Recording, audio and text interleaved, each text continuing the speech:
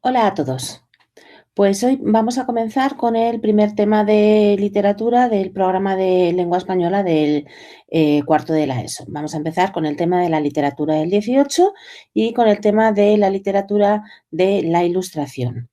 Veremos pues, los aspectos más importantes relacionados con la historia de este periodo y veremos también eh, cómo en el siglo XVIII en España van a confluir una serie de tendencias que tienen que ver, en primer lugar, con lo anterior al siglo XVIII, que es el barroco, y lo posterior al siglo XVIII, que es el romanticismo. Y veremos también cómo la propia ilustración desarrolla sus tendencias literarias y otras tendencias literarias que conviven pero que no están dentro de lo que se denomina ilustración, ¿vale? Que vamos a recordar en breve lo que es.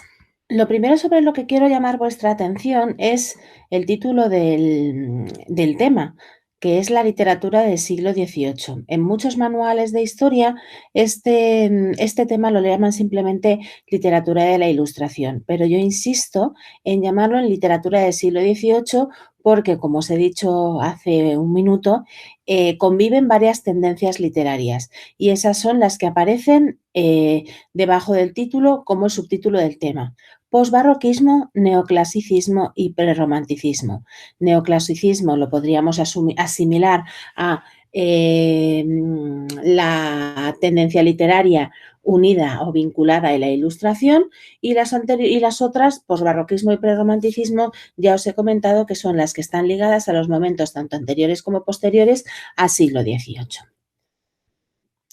Lo primero que vamos a hacer va a ser hacer un repaso, como una pequeña introducción histórica para que sepamos situarnos dentro del contexto histórico y entendamos por qué se da este tipo de literatura. Espero que todo el mundo tenga claro que el siglo XVIII son los 100 años de la centena de 1700.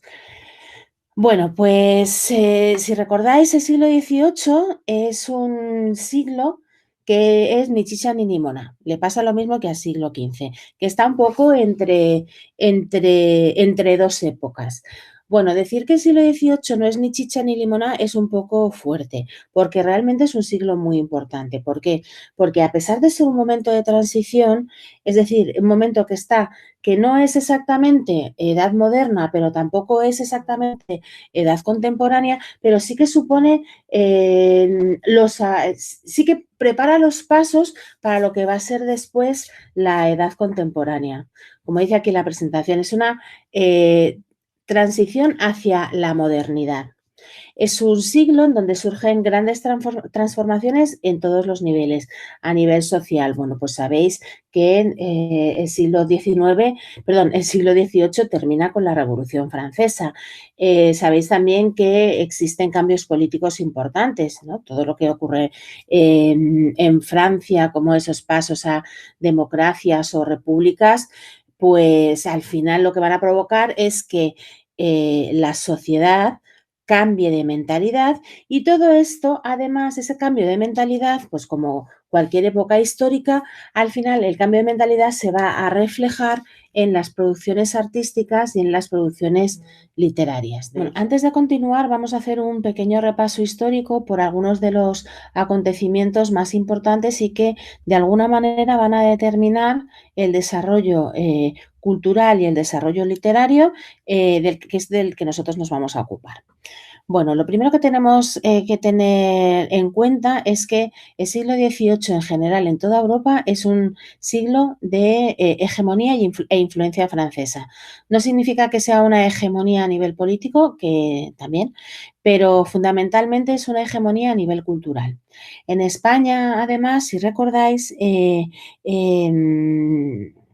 en el primer tercio del siglo XVIII entra a gobernar la dinastía borbónica, dinastía de origen francés, que viene a ocupar ese vacío de poder que había dejado en la dinastía Austria al morir Carlos II sin descendencia. Evidentemente, si la dinastía que se va a implantar en España, que es la dinastía borbónica, es de origen francés, recordad que el propio Felipe V era francés, había nacido en el Palacio de Versalles y es nieto del Rey Sol, con lo cual, pues evidentemente son muy franceses y van a ser muy franceses durante muchísimo tiempo, van a tener un apego a Francia enorme. Bueno, pues como os estaba diciendo, si la dinastía que va a gobernar España va a ser una dinastía de origen francés, es normal que, sobre todo en los primeros momentos, se rodeen de intelectuales franceses, como así va a ser. España va a ser prácticamente durante todo el siglo XVIII una nación afrancesada. Además de esto que ocurre particularmente en España, tenemos que recordar que la burguesía poco a poco va a ir evolucionando, va a adquirir mayor protagonismo y va a ir, como va a ir adquiriendo cierto poder económico, poco a poco va a ir desplazando a la nobleza. Y por otra parte, pues nos vamos a encontrar el pueblo llano sumido pues, en un absoluto analfabetismo. Fijaos cómo poco a poco se va a ir modificando la sociedad estamental. Esta sociedad estamental que recordad que da un vuelco con el triunfo de la Revolución Francesa, donde ya por fin la nobleza se va a situar en la cúspide de la pirámide social. Además, este siglo de XVIII se va a caracterizar por el triunfo de la corriente empirista y por la fundamentación objetiva de la naturaleza. ¿Esto qué significa? Pues que poco a poco todo se va a poner en duda y solo aquello que es demostrable con los sentidos es lo que se va a considerar científico. Evidentemente, esta tendencia al final va a conducir hacia el racionalismo. ¿Por qué? Porque solo aquello que se puede pensar y demostrar objetivamente es válido. Al final, el racionalismo va a hacer surgir el movimiento cultural que va a acompañar a todo el siglo XVIII, que es la Ilustración, y el movimiento del enciclopedismo. El enciclopedismo, que es un movimiento que lo que pretende es reunir todo el saber universal en un libro que se llama La Enciclopedia, de la que hablaremos un poquito después. A nivel político, en todas las monarquías más o menos ilustradas, son fundamentalmente en Francia y en España, se va a instaurar como modelo de gobierno el despotismo ilustrado. Recordad que el despotismo ilustrado parte siempre de la máxima de todo para el pueblo, pero sin el pueblo. Es decir, que estos ilustrados, estos intelectuales que rodeaban al rey, parecía en un primer momento que estaban muy preocupados por todo el pueblo, por su analfabetismo, por su superstición, y lo que querían era transformar al pueblo, pero en este proceso de transformación nunca se contó con ellos. Ellos proponen medidas que aplican, pero sin contar o sin escuchar los presupuestos de un pueblo ignorante, del que claramente pues no es que se quieran deshacer de él, pero evidentemente se dan cuenta de que esa situación tiene que cambiar. Además, recordad que es el momento, este siglo XVIII es el momento en el que se inicia la revolución industrial, sobre todo en Inglaterra. Bueno, pues para terminar esta pequeña introducción histórica o de acontecimientos históricos, recordamos que al siglo XVIII se le llama también el siglo de las luces. ¿Por qué? Estas luces son las ideas, son las luces de la razón, porque todo en este siglo va a estar gobernado por eso, por la ciencia y por la filosofía. Son los pilares fundamentales de toda la organización política y social. Bueno, el movimiento cultural que va a acompañar a todo el siglo XVIII, que no es exclusivo, ¿vale? Antes lo decía, no es exclusivo, pero es el más importante, es el que se llama la Ilustración, que lo que pretende es esa exaltación de la razón como la única forma de conducir a los pueblos al progreso. Decía antes también que era la época del empirismo y de la objetivación de la naturaleza. ¿Esto qué va a suponer? Pues que uno de los principios básicos de la Ilustración es la crítica universal de todos los presupuestos establecidos. ¿Vale? Todo se pone en duda, todo se tiene que experimentar. Los grandes artífices de la Ilustración son estos filósofos franceses que enseguida se relacionan con el gran proyecto cultural que es la enciclopedia, Voltaire, Montesquieu y Rousseau.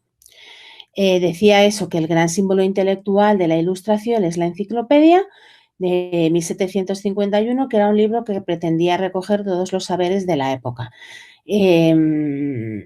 Bueno, evidentemente, vamos a ver, todos los saberes de la época, por lo menos una introducción a todos los saberes de la época. La enciclopedia está organizada pues como si fuera un diccionario y a imitación de la enciclopedia se van a hacer un montón de libros en Europa que siguen ese modelo. Por ejemplo, en España vamos a tener el diccionario de autoridades, que es uno de los primeros diccionarios, bueno, es el primer diccionario publicado por la Real Academia, que por cierto también surge en este siglo, en 1713, y la Real Academia decía que publica este diccionario de autoridades, que lo que hace es que se llama de autoridades porque todas las palabras están acompañadas de una cita de alguien que se considera una autoridad literaria. Eso lo que hace es que ese texto comprueba que esa palabra forma parte del castellano. La Ilustración española va a tener también sus propias características. En España, la Ilustración es un movimiento absolutamente minoritario porque solo va a estar en manos de la élite intelectual. Y estos intelectuales, muchos comparten las mismas inquietudes de los intelectuales franceses y de los intelectuales ingleses. Lo más llamativo de la Ilustración española es que hace compatible, por una parte, la crítica y la razón con la tradición cristiana. Vale, fijaos que esto a priori parece que es algo que va en contra de los principios de la Ilustración, porque la religión, la idea de Dios no es algo demostrable. Pero como en España está tan arraigado, al final esta Ilustración va a conseguir este equilibrio o este compendio entre ambas tendencias.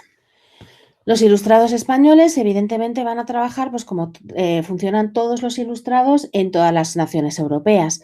Todos van a tener una voluntad de progreso que lo que pretende es una universalización de la educación para así poder superar la decadencia y regenerar el país a través de la ciencia y el trabajo. La verdad es que es un presupuesto muy idealista, pero no va demasiado con la idiosincrasia del pueblo español. Algunos de los ilustrados españoles más importantes, pues tenéis ahí una lista: Campomanes, Olavide, el Marqués de Floridablanca, Jovellanos, el Padre Feijó. Muchos de ellos son autores que vamos a estudiar, que no son únicamente escritores, ¿vale? Algunos de ellos están implicados fuertemente en la vida política de este país, como por ejemplo uno de los casos más claros de esa lista es Jovellanos.